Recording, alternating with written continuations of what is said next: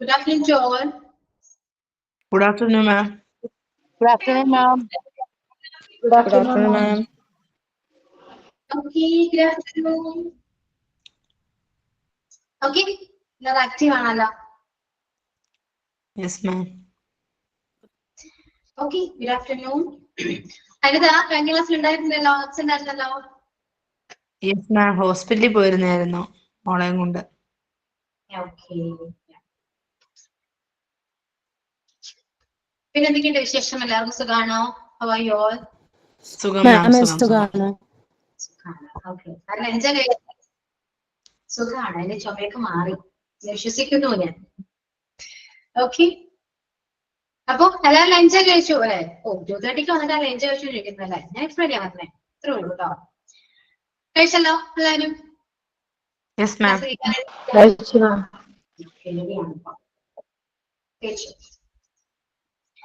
Okay, അപ്പൊ സമയം waste ചെയ്യുന്നില്ല, നമുക്ക് ക്ലാസ്സിലേക്ക് പോവാം. Yes, ma'am. ഓക്കെ, അപ്പൊ കഴിഞ്ഞ ക്ലാസ്സിൽ നമ്മള് ഇതൊക്കെയായിരുന്നു എടുത്തേ. ഡിഫറെന്റ് ടൈപ്സ് ഓഫ് സ്കില്ലേജ് ബേസ്ഡ് പഠിച്ചു, അതിന്റെ ട്രെയിനിങ് ആൻഡ് എഡ്യൂക്കേഷൻ അല്ല, ഇതൊക്കെ നമ്മൾ നോക്കിയതാണല്ലേ. ഡൗട്ട്സ് ഒന്നുമില്ല, ക്ലിയർ അല്ലേ? ഡൗട്ട്സ് ഉണ്ടെങ്കിൽ ഞാൻ പറഞ്ഞില്ല. ക്ലിയർ ആണ്. Okay okay. നെക്സ്റ്റ് പോയിന്റ് നോക്കാം. Regulatory framework and compliance four spillage based management. അതായത് റെഗുലേറ്ററി ഫ്രെയിംവർക്ക് മീൻസ് നിയന്ത്രണ ചട്ടക്കൂടുകൾ ഉണ്ടല്ലോ അല്ലെ, അതായത് കുറെ റൂൾസും റെഗുലേഷൻസും അതിനെ കുറിച്ചാണ് ഇത് പറയുന്നത് കേട്ടോ. ശ്രദ്ധിച്ചിരിക്കുക.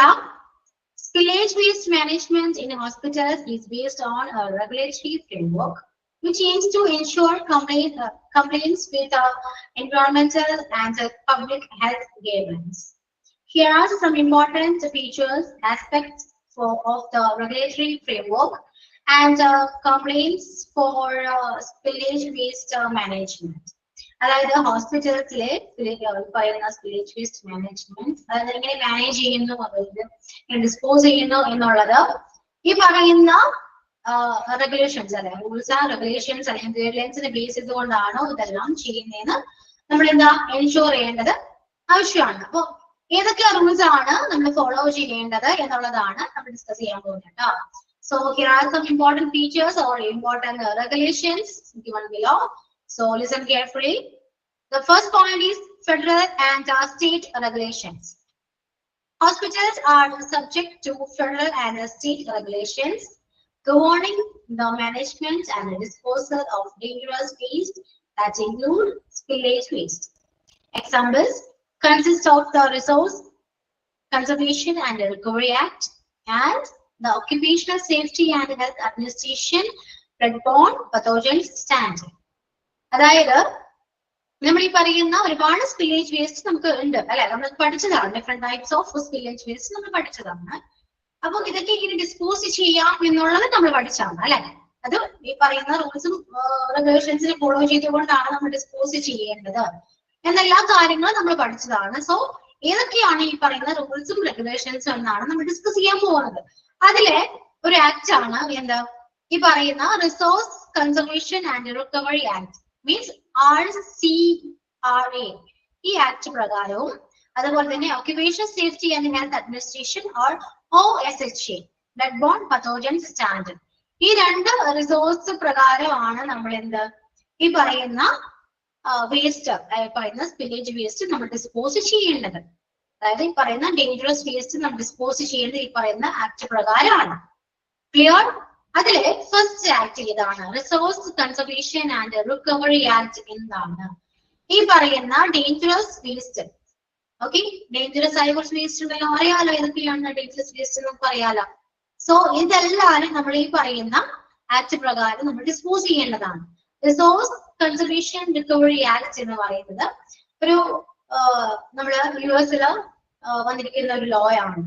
അതായത് നമ്മളും അത് ഫോളോ ചെയ്യുന്നുണ്ട്. US മാത്രമല്ല നമ്മളത് ഫോളോ ചെയ്യുന്നുണ്ട്. ഈ ആക്ട് നമ്മൾ എന്നാണ് കോർപ്പറേഷൻ വെച്ചാൽ 1976 കേട്ടോ. സോ ഈ ആക്ട് പ്രകാരം ആണ് നമ്മൾ മെയിൻലി അത് ഡിസ്പോസ് ചെയ്യേണ്ടത്.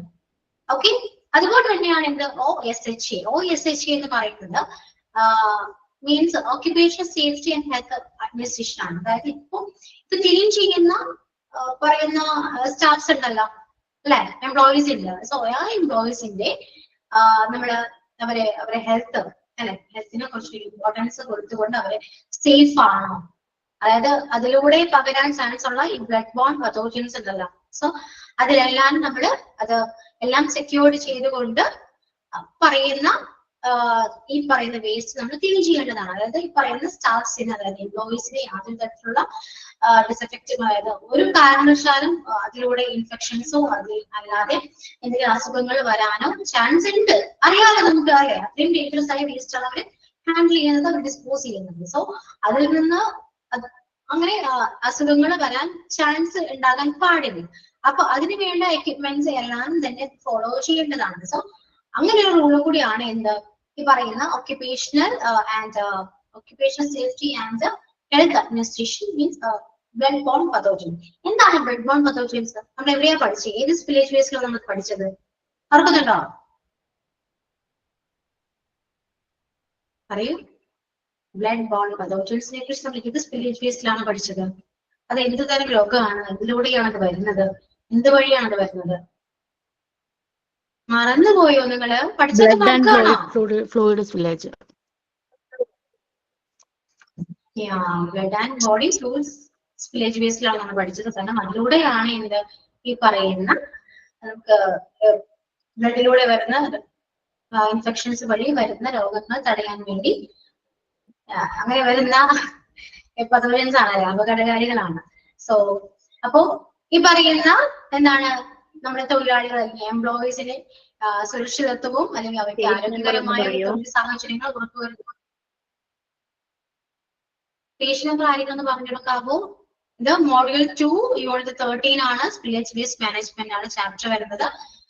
പേജ് നമ്പർ 1 ആരെങ്കിലും ഒന്ന് പറയാം കേട്ടോ. 87 ആണ് കേട്ടോ പേജ് നമ്പർ. ഓക്കെ.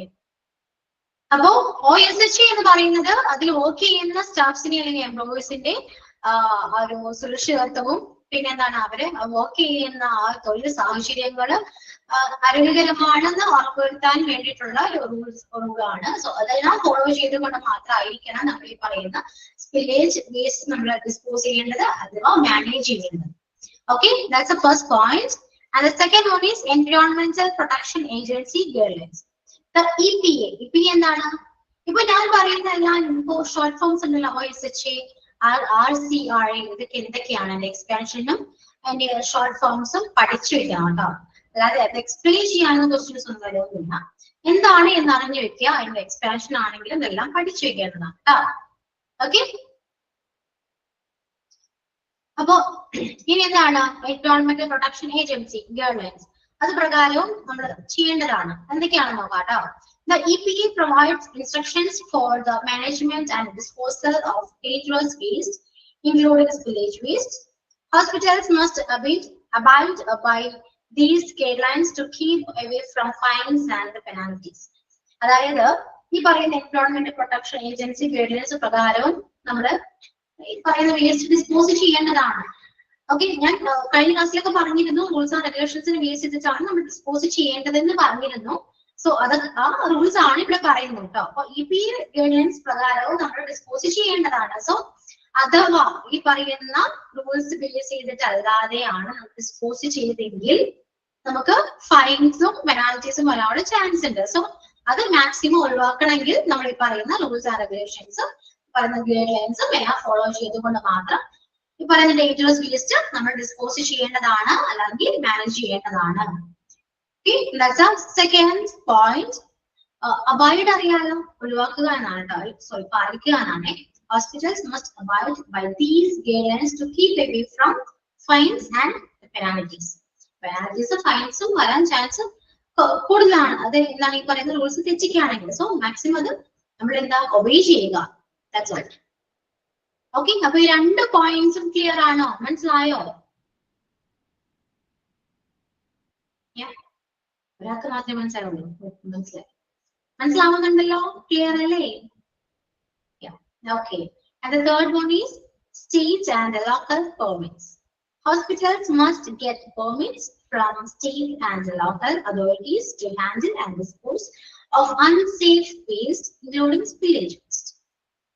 എന്താണ് പെർമിറ്റ്? എന്താണ് what's the meaning of permit or permission? അറിയാലോ, പെർമിറ്റ് എന്ന് പറഞ്ഞാൽ ഏറ്റവും സിമ്പിൾ പെർമിഷൻ എന്ന് പറയുമ്പോൾ നിങ്ങൾക്ക് മീനിങ് മനസ്സിലാവുന്നുണ്ട്. പെർമിറ്റ് മീൻസ് അനുമതി നൽകുക അല്ലെങ്കിൽ നമ്മൾ സമ്മതിക്കുക അല്ലെ. അപ്പോ ഹോസ്പിറ്റൽസ് എന്താ ചെയ്യേണ്ടത്? സ്റ്റേറ്റിന്റെയും ലോക്കൽ അതോറിറ്റീസിന്റെയും പെർമിഷൻ വാങ്ങേണ്ടതാണ്. എന്തിനു വേണ്ടിയിട്ടാണ്? അത് പറയുന്ന അൺസേഫ് ആയ വേസ്റ്റും പറയുന്ന സ്പില്ലേജ് വേസ്റ്റും നമ്മൾ അത് ഹാൻഡിൽ ചെയ്യേണ്ടതും ഡിസ്പോസ് ചെയ്യേണ്ടതും അത് ആ ടൈമില് പറയുന്ന പെർമിഷൻ നമ്മൾ വാങ്ങേണ്ടതാണ്. ഓക്കെ, ദാറ്റ്സ് ആ third point. Hospitals must get permit from state and local authorities. Local സ്റ്റേറ്റിന്റെയും ലോക്കൽ അതോറിറ്റീസിന്റെയും നമ്മൾ പെർമിഷൻ വാങ്ങേണ്ടതാണ്. എന്തിനു വേണ്ടിയാണ്? ഈ പറയുന്ന വേസ്റ്റ് ഹാൻഡിൽ ചെയ്യുന്നതിനും ഡിസ്പോസ് ചെയ്യുന്നതിനും വേണ്ടി. Okay, and the fourth one is training and certification. Healthcare workers who manipulate spillage waste must get training and certification in dangerous waste management and disposal procedures to ensure compliance with the regulations. അതായത് ഇപ്പൊ പറയുന്ന dispose ചെയ്യുന്നത് അവിടുത്തെ സ്റ്റാഫ്സും പറയുന്ന workers ആണ്, health care workers ആണെന്ന് പറഞ്ഞു. So അവർക്ക് ഒന്നും അറിയാത്ത ഒരാളെ കൊണ്ട് നമുക്കത് ഡിസ്പോസ് ചെയ്യാൻ പറ്റും? ഒരിക്കലുമല്ല. നമ്മൾ ഓൾറെഡി പറഞ്ഞ കാര്യങ്ങളാണ്. അതിന് വേണ്ട ട്രെയിനിങ്സ് ആണെങ്കിലും എഡ്യൂക്കേഷൻ ആണെങ്കിലും നമ്മൾ കൊടുത്തതിന് ശേഷം മാത്രമാണ് അവരെ കൊണ്ട് ഈ പറയുന്ന പ്രൊസീജിയേഴ്സ് നമ്മൾ ചെയ്യിപ്പിക്കാൻ പാടുള്ളൂ. അതുകൊണ്ട് അത് വളരെ ഇമ്പോർട്ടന്റ് ആണ്. സോ ഈ പറയുന്ന അതിൽ നമ്മൾ ഇൻവോൾവ് ചെയ്തിരിക്കുന്ന കോവർക്കേഴ്സ്, ഹെൽത്ത് വർക്കേഴ്സ് ആയിക്കോട്ടെ, ഇനി അതർ സ്റ്റാഫ്സ് ആയിക്കോട്ടെ, ആരാണെങ്കിൽ പോലും അവിടെ വർക്ക് ചെയ്യുന്ന ആരാണെങ്കിൽ പോലും അല്ലെങ്കിൽ അതുമായി ബന്ധപ്പെട്ട് വർക്ക് ചെയ്യുന്ന ഏത് സ്റ്റാഫ് ആണെങ്കിൽ പോലും അത് സർട്ടിഫൈഡ് സ്റ്റാഫ് ആയിരിക്കണം. അവർക്ക് കുറച്ച് ട്രെയിൻഡ് സ്റ്റാഫ് ആയിരിക്കും. സോ നമ്മൾ ഈ ട്രെയിനിങ് നമ്മൾ പ്രൊവൈഡ് ചെയ്യുന്നുണ്ട്, അല്ലെങ്കിൽ അതിനെക്കുറിച്ചുള്ള എഡ്യൂക്കേഷൻസ് നമ്മൾ പ്രൊവൈഡ് ചെയ്യുന്നുണ്ട്. സോ അവർക്ക് നമ്മൾ ഏതൊരു ട്രെയിനിങ് ആണെങ്കിലും എഡ്യൂക്കേഷൻ ആണെങ്കിലും നമ്മൾ അത് കംപ്ലീറ്റ് ചെയ്യുമ്പോൾ നമുക്ക് എന്താണ് സർട്ടിഫിക്കറ്റ് കിട്ടും അല്ലെ. സോ സർട്ടിഫൈഡ് സ്റ്റാഫ്സോ അല്ലെങ്കിൽ ട്രെയിൻഡ് സ്റ്റാഫ്സോ ആയിരിക്കണം ഈ പറയുന്ന വേസ്റ്റ് നമ്മൾ ഡിസ്പോസ് ചെയ്യേണ്ടതും അത് ഹാൻഡിൽ ചെയ്യേണ്ടതും ആ പ്രൊസീജിയേഴ്സ് ഫോളോ പ്രൊസീജിയേഴ്സ് ആണെങ്കിലും ഇതെല്ലാം ഫോളോ ചെയ്യേണ്ടതും അത് പ്രൊസീജിയേഴ്സ് ഫോളോ ചെയ്ത് ഡിസ്പോസ് ചെയ്യേണ്ടതും ഈ പറയുന്ന ട്രെയിൻഡ് സ്റ്റാഫും അല്ലെങ്കിൽ സർട്ടിഫൈഡ് സ്റ്റാഫ്സും ആയിരിക്കും. So training and certification is most important thing. Clear? അതാരാണോ ആ ഡ്യൂട്ടി ചെയ്യുന്നത് അവര് സർട്ടിഫൈഡ് ആയിരിക്കണം. ആ ട്രെയിനിങ് നമ്മള് ട്രെയിനിങ് കിട്ടി എഡ്യൂക്കേഷൻ അതിനെ കുറിച്ചെല്ലാം പഠിച്ചതിന് ശേഷം സർട്ടിഫിക്കറ്റ് പ്രൊവൈഡ് ചെയ്യും അല്ലെ. സോ സർട്ടിഫൈഡ് സ്റ്റാഫ്സ് ആയിരിക്കണം ഈ പറയുന്ന കാര്യങ്ങളെല്ലാം ചെയ്യുന്നത്. ഓക്കെ, അതും ഈ പറയുന്ന റൂൾസും റെഗുലേഷൻസും ഫോളോ ചെയ്തുകൊണ്ട് മാത്രമായിരിക്കണം കേട്ടോ. കാരണം അത് എല്ലാം പഠിപ്പിച്ചിട്ടാണ് അവരെ കൊണ്ട് ഇതെല്ലാം ചെയ്യിപ്പിക്കുന്നത്. സോ അത് ഓക്കെയാണ്. അതുകൊണ്ടാണ് പറയുന്നത് ട്രെയിൻഡ് സ്റ്റാഫ്, സർട്ടിഫൈഡ് സ്റ്റാഫ് ആയിരിക്കണം ഇതെല്ലാം ചെയ്യേണ്ടത്. അല്ലാതെ അതിലേ പോകുന്ന ഏത് ഇത് പഠിക്കാത്ത അതിനെ കുറിച്ച് ബന്ധമില്ലാത്ത സ്റ്റാഫിനെ കുറിച്ച് ചെയ്യിപ്പിക്കുകയാണെങ്കിൽ അത് എത്രത്തോളം നന്നായിട്ട് ചെയ്യുമെന്ന് നമുക്ക് അറിയാവുന്നതാണ് അല്ലെ. പ്രോപ്പർ ആയിട്ട് അത് ഡിസ്പോസ് ചെയ്യണമെന്നില്ല. ചിലപ്പോൾ അതിലൂടെ നമുക്ക് അറിയാലോ, നമുക്ക് ഹ്യൂമൻ ബീങ്സിനാണെങ്കിലും എൻവയോൺമെന്റ് ആണെങ്കിലും ഒരുപാട് ഹാർംഫുൾ ആണെങ്കിൽ പറയുന്ന എല്ലാ വേസ്റ്റും അല്ലെ. സോ അത് ചെയ്യേണ്ടത് ട്രെയിൻഡ് ആയ അതിന് അത്യാവശ്യം അതിനെ കുറിച്ച് വെൽ നോളജ് ആയ സ്റ്റാഫ്സ് ഇതിനെ ഹെൽത്ത് കെയർ വർക്കേഴ്സ് ആയിരിക്കും. And next point is record keeping. Hospitals must keep records of spillage waste management activities. That includes documentation of spills, handling and disposal procedures, and any follow-up actions already taken. അതായത് നമ്മൾ ഈ ചെയ്യുന്ന disposal method ഉണ്ടല്ലോ അല്ലെങ്കിൽ procedures ഉണ്ടല്ലോ. So അറിയാലോ record keeping എന്താണ്, record എന്താണെന്നൊക്കെ അറിയാലോ. നമ്മൾ എല്ലാ കാര്യങ്ങളാണ് റെക്കോർഡ് ചെയ്യേണ്ടത്. സോ പ്രൊസീജിയേഴ്സ് ആയിക്കോട്ടെ, അത് ആരൊക്കെ അതിൽ ഹാൻഡിൽ, ഏതൊക്കെ സ്റ്റാഫ്സ് ഇൻക്ലൂഡ് ആയി, എങ്ങനെയാണ് പറയുന്ന ആ ഒരു പ്രൊസീജിയേഴ്സ് എങ്ങനെയാണ് കൊണ്ടുപോയത്, അത് എങ്ങനെയാണ് ചെയ്യുന്നത്, അത് എന്തൊക്കെ മെറ്റീരിയൽസ് നമ്മൾ യൂസ് ചെയ്തു, എന്തൊക്കെ എക്യുപ്മെന്റ്സ് യൂസ് ചെയ്തു, അതെങ്ങനെ ഹാൻഡിൽ ചെയ്തു, അതെങ്ങനെ ഡിസ്പോസ് ചെയ്തു, എന്തെങ്കിലും ആക്ഷൻസ് അതിന് ഫോളോ ചെയ്തിട്ടുണ്ടെങ്കിൽ ആക്ഷൻസ് എടുത്തിട്ടുണ്ടോ. സോ അതിനെ കുറിച്ച് പറയുന്ന ഡിസ്പോസ് ചെയ്യുന്ന ഒരു പ്രൊസീജിയർ ഉണ്ടല്ലോ, അത് സ്റ്റാർട്ടിങ് ടു എൻഡ് അതിനെ കുറിച്ചുള്ള ഡീറ്റെയിൽഡ് കാര്യങ്ങളെല്ലാം എഴുതുന്ന ഒരു റെക്കോർഡ് ഒരു പറയുന്ന പർട്ടിക്കുലർ കൈൻഡ് ഓഫ് അല്ലെങ്കിൽ കൈൻഡ് ഓഫ് ഫയൽ ആണെന്ന് പറയുന്നത് റെക്കോർഡ്സ് എന്ന് പറയുന്നത്. സോ അത് നമ്മൾ കീപ്പ് ചെയ്യേണ്ടത് അത്യാവശ്യമാണ്. സോ അത് കീപ്പ് ചെയ്യാം. That's our next point. And the next one is inspection. Regulatory agencies oversee inspections of hospitals to ensure compliance with dangerous waste management regulations. Hospitals must be ready for these inspections and have a plan in place to rectify any insufficiency identified during the inspection.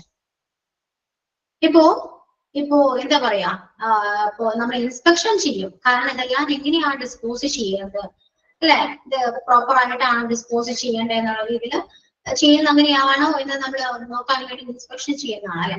ഇതാരാണ്? Regulatory agencies ആണ് മേൽനോട്ടം വഹിക്കുക. ആ inspection വരുമ്പോൾ ഈ പറയുന്ന regulatory ഏജൻസിയാണ് അതിൽ മേൽനോട്ടം വഹിക്കുന്നത്. സോ ഓവർസീ മീൻസ് മേൽനോട്ടം വഹിക്കുക എന്നാണ് കേട്ടോ.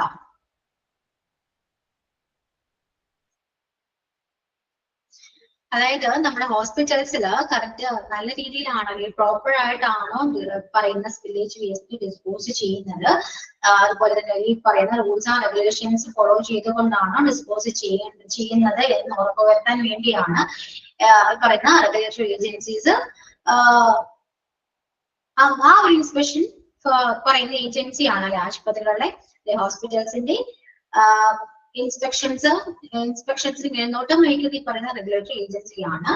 സോ അവരെന്താ ചെയ്യേണ്ടത്? കറക്റ്റ് പ്രോപ്പർ വേയിലൂടെയാണോ ഡിസ്പോസ് ചെയ്യുന്നത്, അതുപോലെ റൂൾസ് ആൻഡ് റെഗുലേഷൻസ് ഫോളോ ചെയ്തുകൊണ്ടാണ് ഡിസ്പോസ് ചെയ്യുന്നത് അറിയാൻ വേണ്ടിയിട്ടാണ് അങ്ങനെ ഇൻസ്പെക്ഷൻ വെക്കുന്നത് തന്നെ. Then hospitals must be ready for these inspections and have a plan in place to rectify and insufficiency rectify during the inspections. അതായത് ഹോസ്പിറ്റൽസ് റെഡി ആയിരിക്കണം. പരിശോധന വരുമ്പോ ഒരു ഹോസ്പിറ്റൽസ് പ്രിപ്പയർ മീൻസ് റെഡി ആയിട്ടിരിക്കണം. കാരണം എന്തെങ്കിലും തരത്തിലുള്ള മിസ്റ്റേക്സ് എന്തെങ്കിലും സംഭവിച്ചിട്ടുണ്ടെങ്കിൽ അത് കണ്ടുപിടിച്ചിട്ടുണ്ടെങ്കിൽ റെക്ടിഫൈ ചെയ്യേണ്ടത് ഹോസ്പിറ്റൽസ് ആണ്. സോ എന്തെങ്കിലും തരത്തിലുള്ള ഇൻസ്പെക്ഷന്റെ ഇടയിൽ ഡ്യൂറിംഗ് ദി ഇൻസ്പെക്ഷൻസ് എന്തെങ്കിലും തരത്തിലുള്ള മിസ്റ്റേക്സ് അവർക്ക് പറ്റി എന്തെങ്കിലും തരത്തിലുള്ള ഡിസ്പോസ് ചെയ്യുന്ന തരത്തിലുള്ള എന്തെങ്കിലും മിസ്റ്റേക്സ് പറ്റിയിട്ടുണ്ടെങ്കിൽ ആ ഇൻസ്പെക്ഷൻ അത് ഐഡന്റിഫൈ ചെയ്യുകയാണെങ്കിൽ അത് റെക്ടിഫൈ ചെയ്യേണ്ടത് ഹോസ്പിറ്റൽസ് ആണ്. റെക്ടിഫൈ മീൻസ് അത് തിരുത്തേണ്ടത്, കറക്റ്റ് ചെയ്യുന്ന ഹോസ്പിറ്റൽസ് ആണ്. സോ അത് ഹോസ്പിറ്റൽസ് അത് കേൾക്കാനും അത് ചെയ്യേണ്ടതും ബാധ്യസ്ഥരാണ്. സോ റെഡി ആയിട്ടിരിക്കുക. Must be ready for these inspections. വരുമ്പോൾ ഇൻസ്പെക്ഷൻസ് വരുമ്പോൾ റെഡി ആയിട്ടിരിക്കുക. സോ എല്ലാ രീതിയിലും ഫോളോ ചെയ്തുകൊണ്ട് മാത്രം പറയുന്ന വേസ്റ്റ് ഡിസ്പോസ് ചെയ്യേണ്ടതാണ്. സോ ഇൻസ്പെക്ഷൻ വരുമ്പോഴും നമ്മളതെല്ലാം ശ്രദ്ധിക്കേണ്ടതാണ്. Then penalties for non-compliance. Hospitals that fail to abide by dangerous waste management regulations may have to face fines, penalties and legal actions. ഇപ്പോ ഈ പറയുന്ന റൂൾസും റെഗുലേഷൻസും വെച്ചിട്ടല്ല ഇതെല്ലാം ചെയ്യുന്നെങ്കിൽ ഞാൻ പറഞ്ഞ ഫൈൻസും പെനാൽറ്റീസും വരാനുള്ള ചാൻസ് ഉണ്ട്. അതുകൂടാതെ ലീഗലി ആക്ഷൻസ് എടുക്കാനുള്ള ചാൻസ് ഉണ്ട്. സോ മാക്സിമം അത് അവോയ്ഡ് ചെയ്യാൻ നോക്കുക. എല്ലാ രീതിയിലും പറയുന്ന ഇൻസ്ട്രക്ഷൻ ആയിക്കോട്ടെ റൂൾസ് ആയിക്കോട്ടെ എല്ലാം ഫോളോ ചെയ്തതിന് മാത്രം എന്താണ് പറയുന്ന സ്പില്ലേജ് വേസ്റ്റ് ഡിസ്പോസ് ചെയ്യാം. Okay, clear? പോയിന്റ്സ് എല്ലാം ക്ലിയർ ആയോ? പ്രത്യേകിച്ച് ഒന്നുമില്ലാതെ സ്പില്ലേജ് വേസ്റ്റിനെ കുറിച്ച് പറയുന്നു. അതിൽ എത്ര തരം സ്പില്ലേജ് വേസ്റ്റ് ഉണ്ട്, അതെങ്ങനെ ഡിസ്പോസ് ചെയ്യണം, അതൊക്കെ ഏതൊക്കെ എക്യുപ്മെന്റ് യൂസ് ചെയ്യണം, അതിനെ കുറിച്ച് നമ്മൾ ഓൾറെഡി പറഞ്ഞ കാര്യങ്ങളാണ്, അല്ലെ? റൂൾസ് ആൻഡ് റെഗുലേഷൻസ് ഫോളോ ചെയ്തുകൊണ്ടാണ് ഡിസ്പോസ് ചെയ്യേണ്ടതെന്ന് നമ്മൾ ഓൾറെഡി പറഞ്ഞതാണ്. അപ്പോ അത് എന്തൊക്കെ റൂൾസ് ആണ്, ഏതൊക്കെ റൂൾസ് ആൻഡ് റെഗുലേഷൻസ് ആണ് ഫോളോ ചെയ്യേണ്ടത് എന്നാണ് നമ്മൾ ഇപ്പോ പഠിച്ചത്. ക്ലിയർ ആണല്ലോ? Okay. Then compliance with the regulatory framework for spillage waste management is critical for safeguarding the environment and the public health and avoiding legal and financial penalties. Hospitals must be up to date on regulations and guidelines, secure the required permits, provide training and certification to healthcare workers, keep accurate records and be prepared for inspections. പ്രത്യേകിച്ചൊന്നുമില്ല, ഇത് short ആയിട്ട് പറഞ്ഞതേ ഉള്ളൂ. നമ്മളിപ്പോ discuss ചെയ്ത points short ആയിട്ട് പറഞ്ഞു. എന്താണ് പബ്ലിക്കിനെയും ഹ്യൂമൻ ബീങ്സിനെയും അല്ലെങ്കിൽ എൻവയോൺമെന്റിനെയും ഒരുപാട് ഹാർംഫുൾ ആയിട്ട് ബാധിക്കുന്ന സ്പില്ലേജ് വേസ്റ്റ് നല്ല രീതിയിൽ ഡിസ്പോസ് ചെയ്തില്ലെങ്കിൽ നമുക്ക് അറിയാലോ, നമുക്കത് ഭയങ്കരമായിട്ട് സൈഡ് എഫക്ട്സ് ഉണ്ടാവാനുള്ള ചാൻസ് ഉണ്ട്. സോ മാക്സിമം നല്ല രീതിയിൽ തന്നെ ഡിസ്പോസ് ചെയ്യാം. റൂൾസ് ആൻഡ് റെഗുലേഷൻസിനെ ബേസ് ചെയ്ത് avoiding legal and final penalties അല്ലെ, അങ്ങനെ പറയുന്ന തരത്തിലുള്ള പെനാൽറ്റീസോ ലീഗൽ ആക്ഷൻസോ ഒന്നും തന്നെ വരാത്ത രീതിയിൽ ഒഴിവാക്കിക്കൊണ്ട് നമ്മൾ അത് ഡിസ്പോസ് ചെയ്യാം. അതുപോലെ തന്നെ ഹോസ്പിറ്റൽസ് എന്താണ്, must be up to date. നമ്മുടെ ഹോസ്പിറ്റൽസ് അപ്ഡേറ്റഡ് ആയിരിക്കും എപ്പോഴും. ചിലപ്പോൾ എന്തെങ്കിലും റൂൾസിലോ റെഗുലേഷൻസിലോ എന്തെങ്കിലുമൊക്കെ മാറ്റങ്ങളൊക്കെ വരാം. സോ നമ്മൾ എപ്പോഴും അപ് ടു ഡേറ്റ് ആയിരിക്കാം. ആൻഡ് സെക്യൂർഡ് ആയിരിക്കുക അല്ലെ, റെക്കോർഡ് പെർമിറ്റ്സ് ഉണ്ടോ എന്ന് സെക്യൂർഡ് ആയിരിക്കുക. അങ്ങനെ എല്ലാം ഈ പറയുന്ന എല്ലാ പോയിന്റ്സ് ഫോളോ ചെയ്തുകൊണ്ട് മാത്രമാണ് നമ്മളിത് പറയുന്ന സ്പില്ലേജ് വേസ്റ്റ് ഡിസ്പോസ് ചെയ്യേണ്ടത്, ഈ മാനേജ് ചെയ്യുന്നത്. ക്ലിയർ ആണോ? ഇന്ന് ഡിസ്കസ് ചെയ്ത പോയിന്റ്സ് ഒക്കെ ആണോ? മനസ്സിലായോ? മനസ്സിലായി? ഓക്കെ, വളരെ സിമ്പിൾ ചാപ്റ്റർ ആണ് കേട്ടോ. സ്പില്ലേജ് വേസ്റ്റ് മാനേജ്മെന്റ് കേൾക്കുമ്പോൾ തന്നെ മനസ്സിലാവുന്നുണ്ടല്ലോ. അതായത് കുറച്ച് പറയേണ്ട കാര്യത്തിന് ഒരുപാട് നമ്മൾ എക്സ്പ്ലെയിൻ ചെയ്ത് പറഞ്ഞേ ഉള്ളൂ. സെയിം പോയിന്റ്സ് തന്നെയാണ് എല്ലാ ക്ലാസ്സിലും ഞാൻ പറഞ്ഞുകൊണ്ടേയിരിക്കുന്നത്. നിങ്ങൾക്ക് മനസ്സിലാക്കാൻ പറ്റുന്നുണ്ടല്ലോ. ഓരോ ക്ലാസ്സിൽ വരുമ്പോഴും ഞാൻ ഈ സെയിം പോയിന്റ്സും ഈ സെയിം സെന്റൻസ് ഒക്കെ തന്നെയാണ് പറയുന്നത്. അത് തന്നെയാണ് ഇവിടെ റിപ്പീറ്റ് ചെയ്യാനുള്ളത് കേട്ടോ, പ്രത്യേകിച്ചൊന്നുമില്ല. Okay, next emerging trends and technologies in spillage waste management. ഇപ്പോ നമ്മുടെ സ്പില്ലേജ് വേസ്റ്റ് മാനേജ്മെന്റ് ചെയ്യുന്നത് നമ്മുടെ ഹ്യൂമൻ ബീങ്സ് ആണ്, സ്റ്റാഫ്സ് ആണ്, ഹെൽത്ത് വർക്കേഴ്സ് ആണെന്ന് പറഞ്ഞു. അല്ലാതെ ടെക്നോളജീസ് നമ്മൾ കണ്ടുപിടിച്ചിട്ടുണ്ട്, എമർജ് ചെയ്തിട്ടുണ്ട് അല്ലെ. എന്തിനു വേണ്ടിയിട്ടാണെന്ന് അറിയോ? പുതിയ പുതിയ ടെക്നോളജീസ് വരുന്നുണ്ടല്ലോ അല്ലെ, അറിയാവുന്നത് ഒരുപാട് ടെക്നോളജീസ് വരുന്നുണ്ട്. ആവശ്യമില്ലാത്ത ഒരുപാട് കമ്പനീസ് ഇപ്പോ പ്രവർത്തിക്കുന്നുണ്ട്. സോ അതെല്ലാം പല ടെക്നോളജീസ് കൊണ്ടാണ് അല്ലെ. അതുപോലെ തന്നെയാണ് സ്പില്ലേജ് വേസ്റ്റ് ഡിസ്പോസ് ചെയ്യാനും നമുക്ക് ടെക്നോളജീസ് നമ്മൾ ഡെവലപ്പ് ചെയ്തിട്ടുണ്ട്. എന്തൊക്കെയാണ് എങ്ങനെയൊക്കെയാണെന്ന് നോക്കാം കേട്ടോ. Robotics and automation. ഇപ്പൊ പറയുന്ന ടെക്നോളജീസ് വന്ന് എന്തിനു വേണ്ടിയിട്ടാണ്? അത് പ്രോപ്പർ ആയിട്ട് സേഫ് ആയിട്ട് സ്കിൽഫുള്ളി നമുക്കത് ഡിസ്പോസ് ചെയ്യാൻ വേണ്ടിയിട്ടാണ് കേട്ടോ. ഓക്കെ, അപ്പൊ ഏതൊക്കെയാണെന്ന് നോക്കാം. Robotics and automation. Robotics and automation technologies are being developed. Being developed to handle danger waste safely and skillfully. പറയുന്ന robotics and automation technologies എന്തിനാണ് ഡെവലപ്പ് ചെയ്തിരിക്കുന്നത്? പറയുന്ന dangerous waste ഹാൻഡിൽ ചെയ്യാനും അത് സേഫ് ആയിട്ടും സ്കിൽഫുള്ളി ആയിട്ട് അത് ഡിസ്പോസ് ചെയ്യാൻ വേണ്ടിയാണ്. This can help lessen the risk of exposure for healthcare workers and make better the accuracy and the speed of waste handling and disposal. Okay, അപ്പോൾ ഇത് ചെയ്യുന്നതിലൂടെ റോബോട്ടിക്സ് ആണ് ഈ ടെക്നോളജി യൂസ് ചെയ്യുന്നതിലൂടെ നമുക്ക് എന്താണ് ബെനിഫിറ്റ്സ്? എന്താണ്? റിസ്ക് കുറയ്ക്കാൻ ചാൻസ് ഉണ്ട്. എന്ത് റിസ്ക് ആണ്? ഒരുപാട് അപകടങ്ങൾ ഉണ്ടാകാനുള്ള ചാൻസ് കുറയ്ക്കാനുള്ള എന്താണ് അത് ഹെൽപ്പ് ചെയ്യും, സഹായിക്കും. ഇപ്പൊ ഹെൽത്ത് കെയർ വർക്കേഴ്സിനായിക്കോട്ടെ, നമുക്കറിയാം ഒരുപാട് തരത്തിലുള്ള അസുഖങ്ങൾ ഇതിലൂടെ വരാനുള്ള ചാൻസ് ഉണ്ട്. പ്രോപ്പർ ആയിട്ട് ഹാൻഡിൽ ചെയ്തില്ലെങ്കിൽ നമുക്ക് ഒരുപാട് അസുഖങ്ങൾ വരാനുള്ള ചാൻസ് ഉണ്ട്. അത് ഹെൽത്ത് വർക്കേഴ്സിനാണ്. ഇനി അപ്പോ പറയുന്ന ഇനി എന്താണ് നമ്മുടെ ഹ്യൂമൻ ബീങ്സ് ഇത് ഹാർംഫുൾ ആകാൻ ചാൻസ് ഉണ്ട്. അതുപോലെ തന്നെയാണ് എന്ത് എൻവയോൺമെന്റിനും അത് ഹാർംഫുൾ ആകാൻ ചാൻസ് ഉണ്ട്. സോ ഈ പറയുന്ന എല്ലാ രീതിയിലുള്ള കാര്യങ്ങളും കുറയ്ക്കാൻ, ലെസൺ മീൻസ് കുറയ്ക്കുകയാണ് കേട്ടോ. റിസ്ക് കുറയ്ക്കാൻ നമ്മൾ ഈ പറയുന്ന ഈ ടെക്നോളജീസ് നമ്മളെ ഹെൽപ്പ് ചെയ്യുന്നുണ്ട്.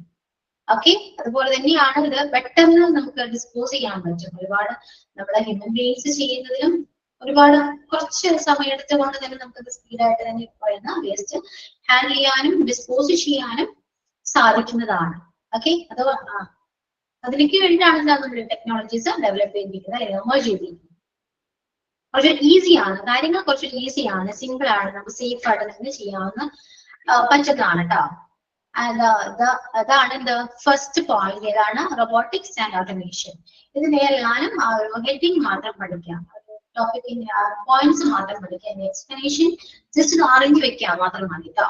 ഓക്കെ, അപ്പൊ എല്ലാ പോയിന്റ്സും ഇമ്പോർട്ടന്റ് ആണ്. എന്തൊക്കെയാണ്? First one is robotic and automation and the second one is bioremediation and next plasma gasification, clean chemistry, nano technology. അപ്പൊ ഇന്നെല്ലാരും പേര് പഠിച്ചു വെക്കാം. ഓക്കെ, അപ്പൊ ഫസ്റ്റ് പോയിന്റ് ക്ലിയർ ആണോ? മനസ്സിലാവുന്നുണ്ടോ? മനസ്സിലായോ? റോബോട്ടിക് ആൻഡ് ഓട്ടോമേഷൻ ടെക്നോളജി ആണ്. റോബോട്ടിക്സിന്റെ ഒന്ന് പറയാമോ? റോബോട്ടിക്സ് ആൻഡ് ഓട്ടോമേഷൻ എന്ന് പറയാമോ? ഇപ്പം പറഞ്ഞത് റോബോട്ട് എന്താണ് റോബോട്ട്? റോബോട്ട് ഒരു മെഷീൻ, മെഷീൻ മാത്രം. അത്രേ ഉള്ളൂ. അപ്പൊ മെഷീൻസ് യൂസ് ചെയ്ത് ഓട്ടോമാറ്റിക് ആയിട്ട് ചെയ്യുന്ന ടെക്നോളജീസ് ആണ്. മനസ്സിലായത്? അത് ഓട്ടോമാറ്റിക് ആയിട്ട് റോബോട്ട്സ് ചെയ്യുന്ന എന്തോ ആണ്, സ്പില്ലേജ് വേസ്റ്റ് ഡിസ്പോസ് ചെയ്യുന്ന പ്രൊസീജിയറാണ്. അതായത് നമ്മൾ മനുഷ്യന്മാർ ചെയ്യേണ്ട കാര്യങ്ങൾ റോബോട്ട്സ് ചെയ്യുന്നു, അല്ലെങ്കിൽ മെഷീൻസ് ചെയ്യുന്നു, അത്രയേ ഉള്ളൂ. മനസ്സിലായോ? അതുകൊണ്ട് നമുക്ക് ഒരുപാട് ഒന്നും എഫക്ട് ചെയ്യുന്നില്ല. മീൻസ് നമ്മൾ അത്രയും സെക്യൂർ ആയിട്ട് അല്ലെങ്കിൽ ഒരുപാട് എക്യുപ്മെന്റ്സ് നമ്മൾ വെയർ ചെയ്തത് ക്ലീൻ ചെയ്യേണ്ട ആവശ്യമുള്ള വരുന്നില്ല. നമ്മൾ സേഫ് ആണ്.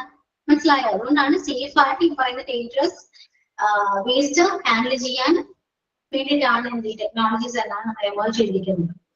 അത്രയേ ഉള്ളൂ. സിമ്പിൾ ആണ്. ക്ലിയർ? മനസ്സിലായോ? Then എന്താണ് next? Bio remediation means this technology uses here. Okay.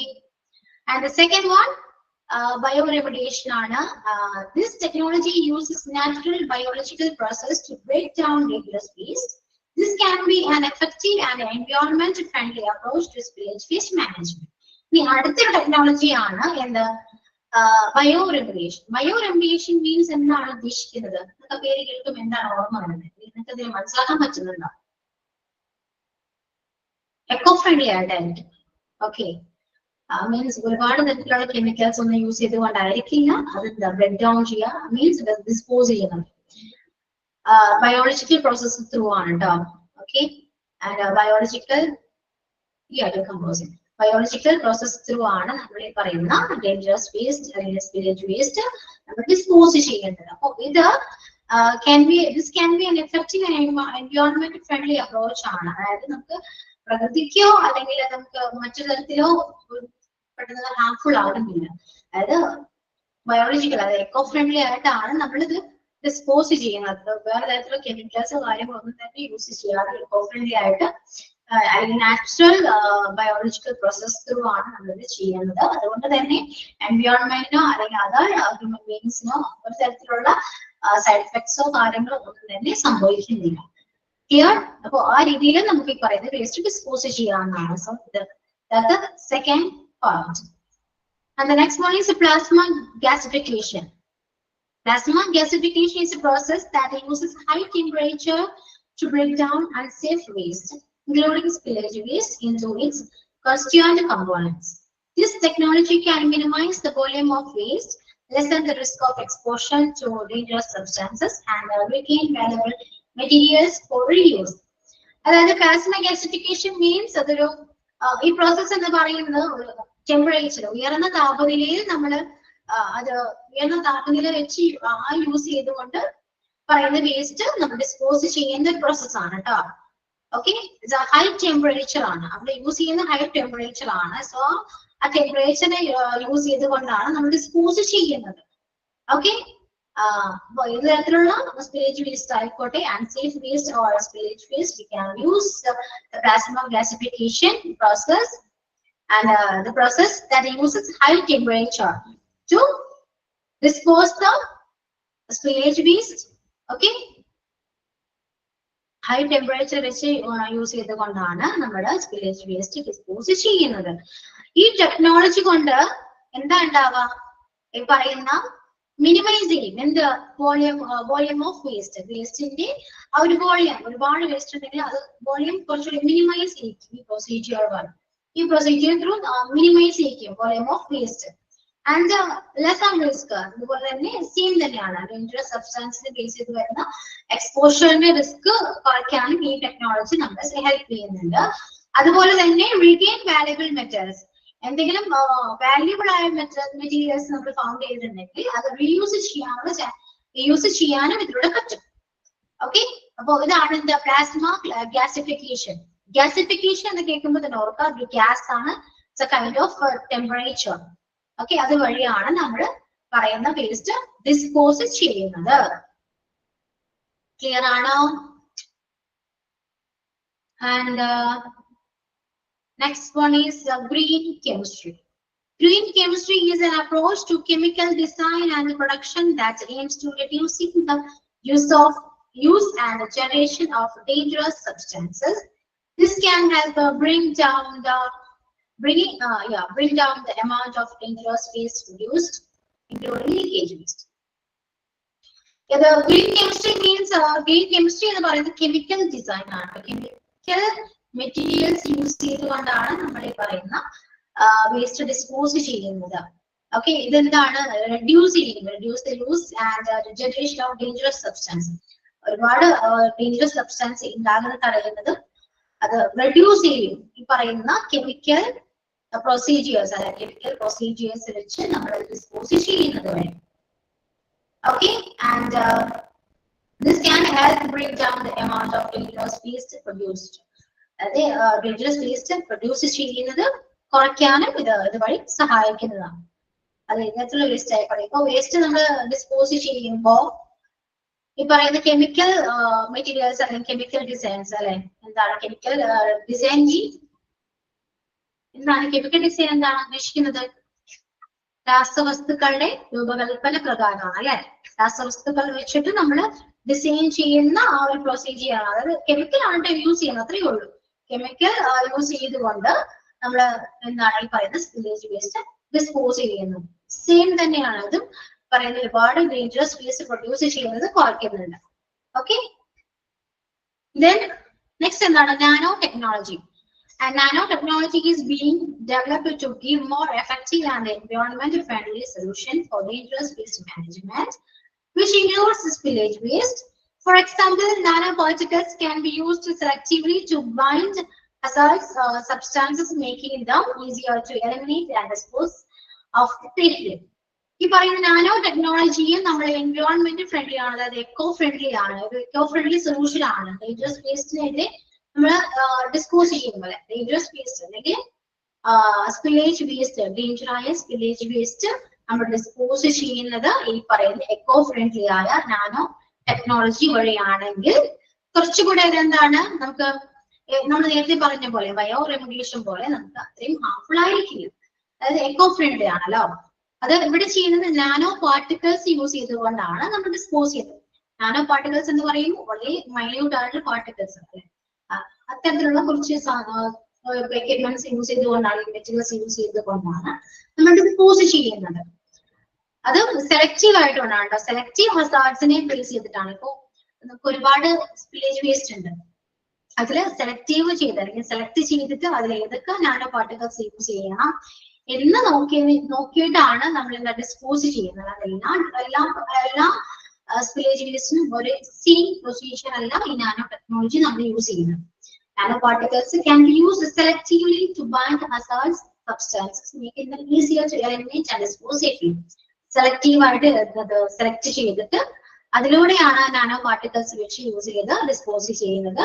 അത് കുറച്ചുകൂടി ഈസി ആണ്, easy to dispose safely, safe ആയിട്ട് ഈസി ആയിട്ട് നമുക്ക് അതുവഴി ഡിസ്പോസ് ചെയ്യാൻ പറ്റും. എന്താ ഈ പറയുന്ന spillage waste. So these are the management of spillage waste management technologies we use in hospitals instead of healthcare workers. Okay, ഏതൊക്കെയാണ് 5 types of technologies? ഏതൊക്കെയാണ്? robotic and automation, bioremediation, plasma gasification, clean chemistry and nanotechnology. So ഈ ടെക്നോളജീസിന്റെ പേരെല്ലാം ഓർത്ത് വെക്കുക, പഠിച്ചു വെക്കുക. എക്സ്പ്ലനേഷൻസിന്റെ ആവശ്യമില്ല, പക്ഷെ എന്താണ് എന്ന് മനസ്സിലാക്കി വെക്കണം. അതുപോലെ ഞാൻ പറയുന്ന പോലെ ടെക്സ്റ്റ് എപ്പോഴും നമ്മൾ കണക്റ്റഡ് ആയിരിക്കണം, വായിച്ചേ പറ്റും. ടെക്സ്റ്റ് വായിച്ചാൽ തന്നെ നിങ്ങൾക്ക് ക്വസ്റ്റ്യൻസിന് ആൻസർ ചെയ്യാൻ പറ്റുന്നതാണ്. പക്ഷെ ഇതൊക്കെ എങ്ങനെയാണ്, എന്താണ് ടെക്നോളജീസ് എന്ന് കുറച്ചുകൂടെ നിങ്ങൾ മനസ്സിലാക്കി അറിഞ്ഞിരിക്കേണ്ടതാണ്. ഓക്കെ, ക്ലിയർ ആയോ? മനസ്സിലായോ? ഇന്നത്തെ പോർഷൻസ് എല്ലാം ക്ലിയർ ആണോ? പിന്നെ മാം ആ സ്പില്ലിംഗ് ലബോറട്ടറി ഒന്ന് പറയാമോ മാം? മൈക്രോബിയൽ കൾച്ചർസിന്റെ ഈ ചാപ്റ്ററില് ആ സ്പില്ലിംഗ് ലബോറട്ടറി ഞാൻ ക്ലാസ്സിൽ ഇല്ലായിരുന്നല്ലോ, അതൊന്ന് പറയാമോ മാം? സമയമുണ്ടോ പറയാൻ? ഇപ്പം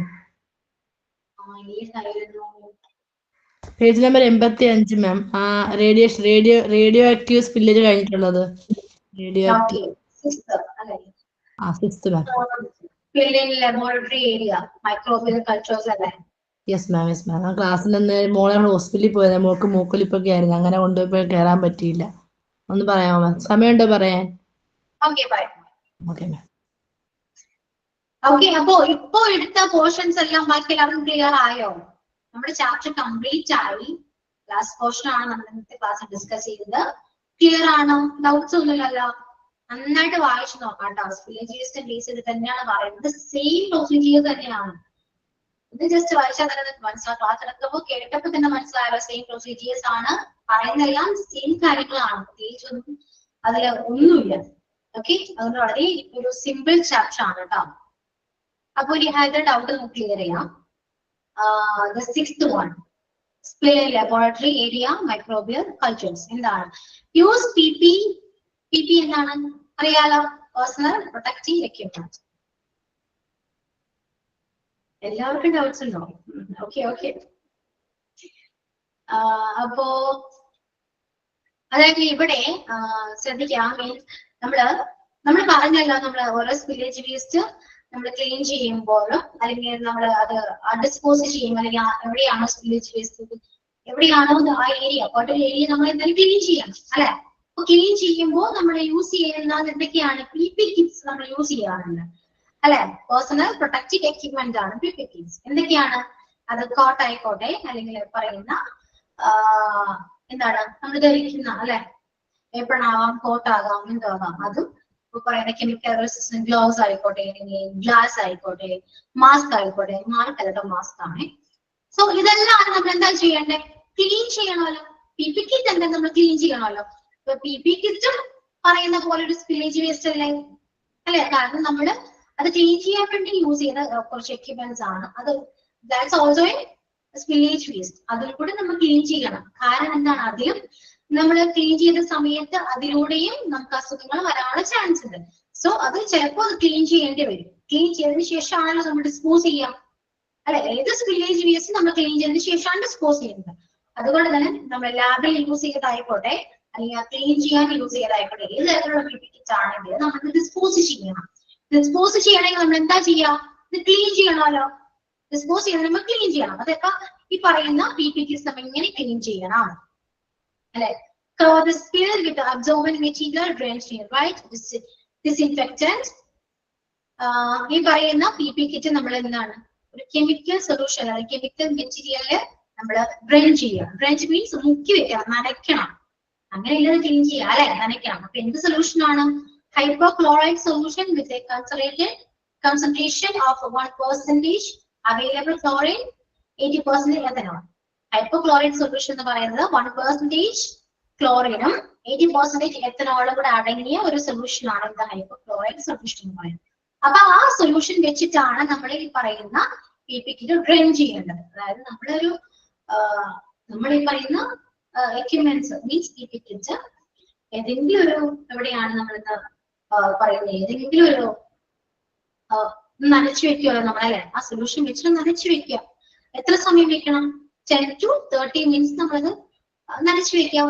പോളിംഗ് മീൻസ് എന്താണ്? തളിക്കുകയാണ് കേട്ടോ. ഡിസിൻഫെക്റ്റന്റ് സൊല്യൂഷൻ നമ്മൾ അറൌണ്ട് ദ സ്പിൽ പറയുന്ന ആ ഒരു എക്യുപ്മെന്റ് സ്പില്ലേജ് വേസ്റ്റ് ഉണ്ടല്ലോ, സ്പില്ലുണ്ടല്ലോ, അതിൽ തളിച്ച് അവിടെ വെക്കുക. ഒരു 10 to 30 minutes അവിടെ വെക്കുക. എന്നിട്ട് റബ് ചെയ്യുക. റബ് ചെയ്യുമ്പോൾ area use disinfectant solution.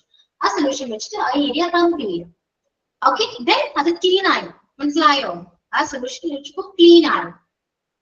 So clean the spillage and disinfectant solution and shift all polluted material to an appropriate waste container. ആ സൊല്യൂഷൻ വെച്ച് നമ്മൾ ക്ലീൻ ചെയ്തതിനു ശേഷം എന്താ പറയുന്ന കണ്ടെയ്നറിൽ അല്ലെ, സ്പെസിഫൈ ചെയ്ത വേസ്റ്റ് കണ്ടെയ്നർ ഉണ്ടല്ലോ, ആ കണ്ടെയ്നർ ഡിസ്പോസ് ചെയ്യാം. ഓക്കെ, ഇനിയിപ്പോ ഈ പറയുന്ന if the spillage is a huge or includes extremely infectious microorganism, cabinet may need to become contaminated with a formaldehyde gas by qualified staff before further use of rains is informed. അതായത് നമുക്ക് ചെറിയ തരത്തിലുള്ള infections ആണ് എങ്കിൽ, അല്ലെങ്കിൽ ഇപ്പൊ spillage ചെറിയ തരത്തിലുള്ള ഇൻഫെക്ഷൻ ആണ് വന്നിരിക്കുന്നത് എങ്കിൽ നമുക്ക് ഈ പറയുന്ന സൊല്യൂഷൻ വെച്ച് ക്ലീൻ ചെയ്യും. ഇനി അഥവാ ഈ പറയുന്ന സ്പില്ല് കുറച്ചുകൂടെ ഹ്യൂജ് അല്ലെങ്കിൽ കുറച്ചുകൂടെ എക്സ്ട്രീംലി ഇൻഫെക്ഷ്യസ് ആണെങ്കിൽ തരത്തിലുള്ള ഇൻഫെക്ഷൻസ് ബാധിച്ച സ്പില്ലാണെങ്കിൽ നമ്മൾ എങ്ങനെയാ അത് ഡിസിൻഫെക്ട് ചെയ്യുക?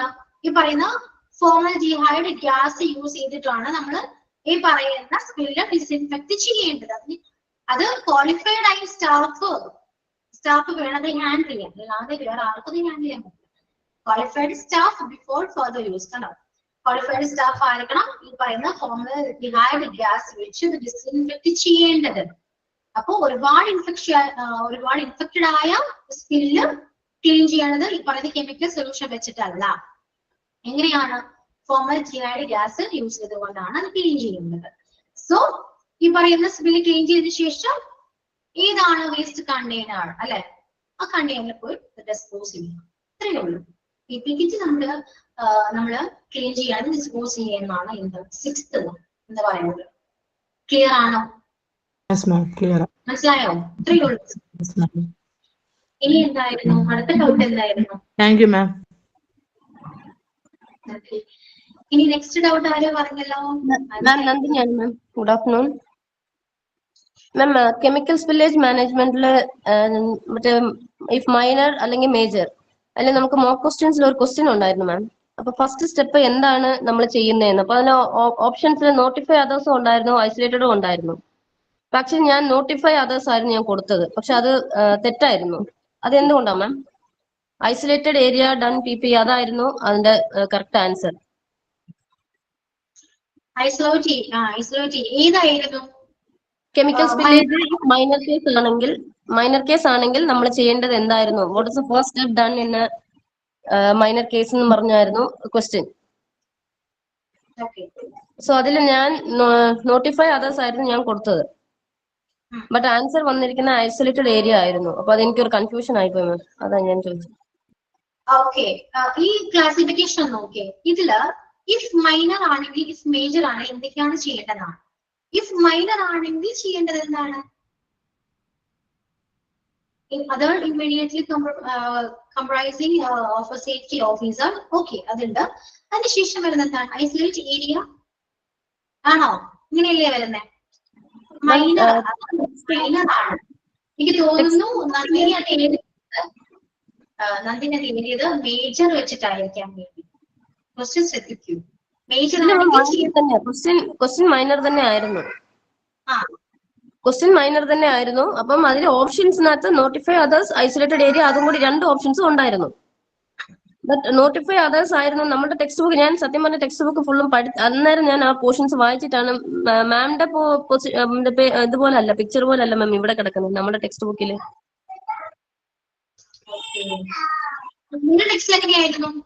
കെമിക്കൽ സ്പില്ലേജ് മാനേജ്മെന്റ്, അതിന്റെ താഴെ check major or minor spillage, അതിന്റെ താഴെ ഫസ്റ്റ് കിടക്കുന്ന ഇഫ് മൈനർ, അതിന്റെ തൊട്ട് താഴെ കിടക്കുന്ന നോട്ടിഫൈ അതേഴ്സ്. ഇഫ് മേജർ ആണെങ്കിൽ immediately notify others comprising of safety officers.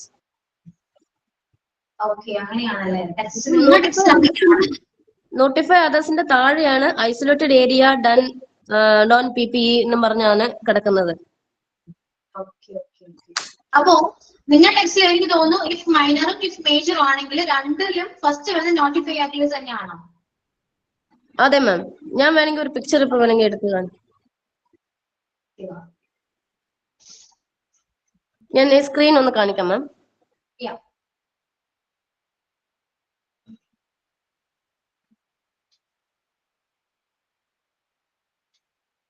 അങ്ങനെയാണെങ്കിൽ അത് കറക്റ്റ് ആണ്. നിങ്ങൾ പറഞ്ഞ കറക്റ്റ് ആണ്. എന്റെ ടെക്സ്റ്റ് ബേസിലാണെങ്കിൽ ഞാനും പറഞ്ഞ ആൻസർ ആണ് കറക്റ്റ്. ഓക്കെ, അപ്പൊ നമുക്ക് കറക്റ്റ് ചെയ്യാം കേട്ടോ.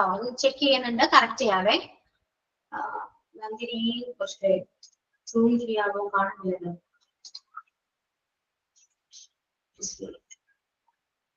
നോട്ടിഫൈ അതേഴ്സ് ഫസ്റ്റ് ഏതായിരുന്നു? ഇഫ് മൈനർ ആണോ ഫസ്റ്റ്?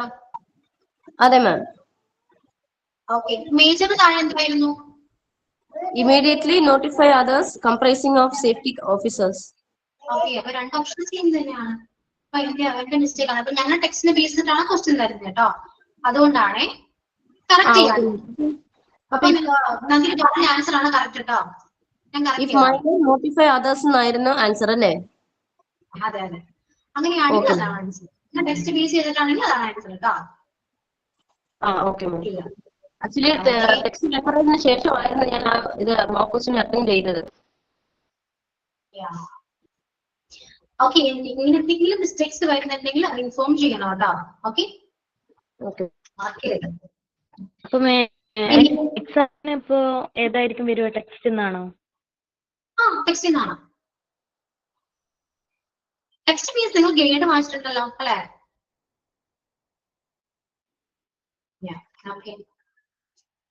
ഗ്രേഡ് നന്നായിട്ട് പഠിക്കാം.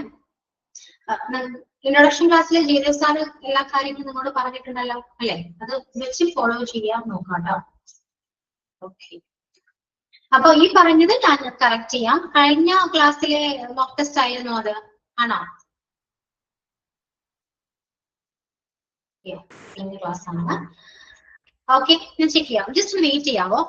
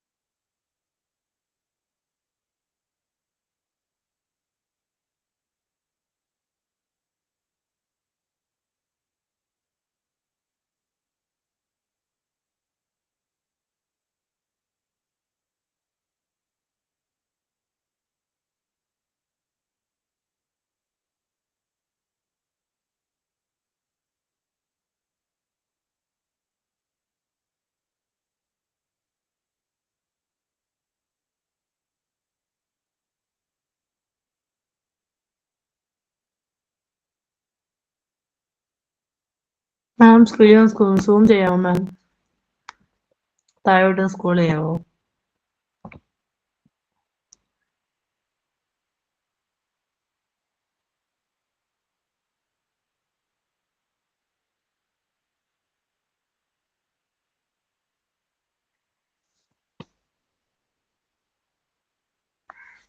മാം പോയോ?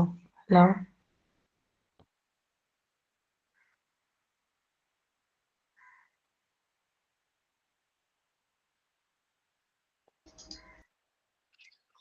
ഓക്കെ, അത് കറക്റ്റ് ചെയ്തിട്ടെ. ഞാനിപ്പോ ചെയ്തില്ലെങ്കിൽ പിന്നെ മറന്നു പോകും. അതുകൊണ്ടാണ് ഇപ്പൊ തന്നെ പോയി ചെയ്തത് കേട്ടോ. കറക്റ്റ് ചെയ്യുന്നത് കേട്ടോ. ഇനി എന്തെങ്കിലും ഡൗട്ട്സ് ഉണ്ടോ? ഈ ചാപ്റ്റർ ബേസ് ചെയ്ത് എന്തെങ്കിലും ഡൗട്ട്സ് ഉണ്ടോ? ക്ലിയർ ആണല്ലോ? ഓക്കെ, സോ നന്നായിട്ട് വായിച്ചു നോക്കാം.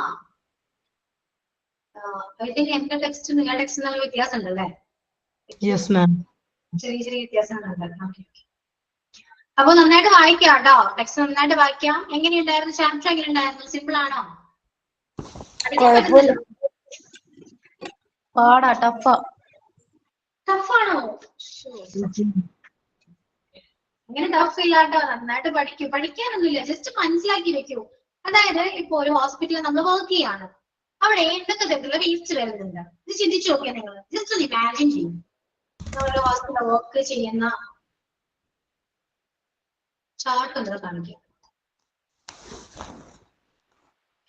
ഇപ്പോ നിങ്ങൾ ഹോസ്പിറ്റലിൽ വർക്ക് ചെയ്യുന്നതാണ്, അപ്പോ അവിടെ എന്തൊക്കെ തരത്തിലുള്ള ഏതൊക്കെ വേസ്റ്റ് ആണ് വരിക, എന്തൊക്കെ വേസ്റ്റ് ഉണ്ടാകുമെന്ന് ആലോചിച്ച് നോക്കി.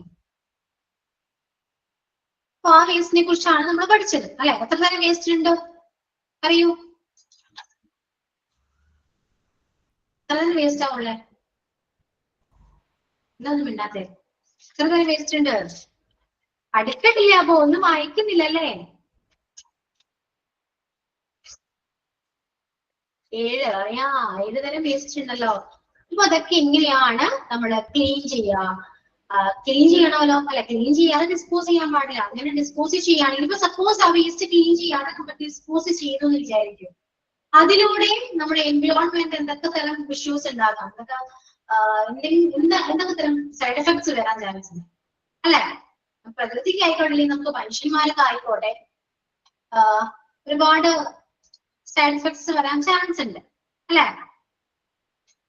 അപ്പോ എന്താ ചെയ്യേണ്ടത്? അപ്പൊ ഈ പറയുന്ന ഡേഞ്ചറസ് വേസ്റ്റ് ആണ്. ഹോസ്പിറ്റൽസ് എല്ലാം ഡേഞ്ചറസ് വേസ്റ്റ് ആണ് അല്ലെ. അപ്പൊ ഡേഞ്ചറസ് ആയ വേസ്റ്റ് നമ്മൾ ക്ലീൻ ചെയ്തുകൊണ്ട് മാത്രമാണ് ഡിസ്പോസ് ചെയ്യേണ്ടത്. അപ്പൊ അതെങ്ങനെ ക്ലീൻ ചെയ്യാം എന്നതാണ് ഫസ്റ്റ് നിങ്ങൾ നോക്കേണ്ടത്. അതെങ്ങനെ ക്ലീൻ ചെയ്യണം, ഏതൊക്കെ തരത്തിലുള്ള മെറ്റീരിയൽസ് യൂസ് ചെയ്താണ് ക്ലീൻ ചെയ്യേണ്ടത് എന്ന് ജസ്റ്റ് ഒന്ന് മനസ്സിലാക്കാം. അതിനുശേഷം അതെങ്ങനെ ഡിസ്പോസ് ചെയ്യാം, ഇങ്ങനെ ഡിസ്പോസ് ചെയ്യാം. ഹസാർഡ്സ് എന്ന് ലേബിൾ ചെയ്തുള്ള വേസ്റ്റ് കണ്ടെയ്നറിലോ ബാഗ്സിലോ ആയിട്ടാണ് ഡിസ്പോസ് ചെയ്യേണ്ടത്. പ്രോപ്പറായിട്ട് ഡിസ്പോസ് ചെയ്യാം. ഇത് തന്നെയാണ് ഈ പറയുന്ന 7 സ്പില്ലേജ് വേസ്റ്റ് നമ്മൾ ഫോളോ ചെയ്യുന്ന പ്രൊസീജിയർ. ഇത് തന്നെയാണ് എങ്ങനെ ക്ലീൻ ചെയ്യണം, ഏത് മെറ്റീരിയൽ യൂസ് ചെയ്ത് ക്ലീൻ ചെയ്യണം, അതെങ്ങനെ ഡിസ്പോസ് ചെയ്യണം. ഇത്രയേ ഉള്ളൂ.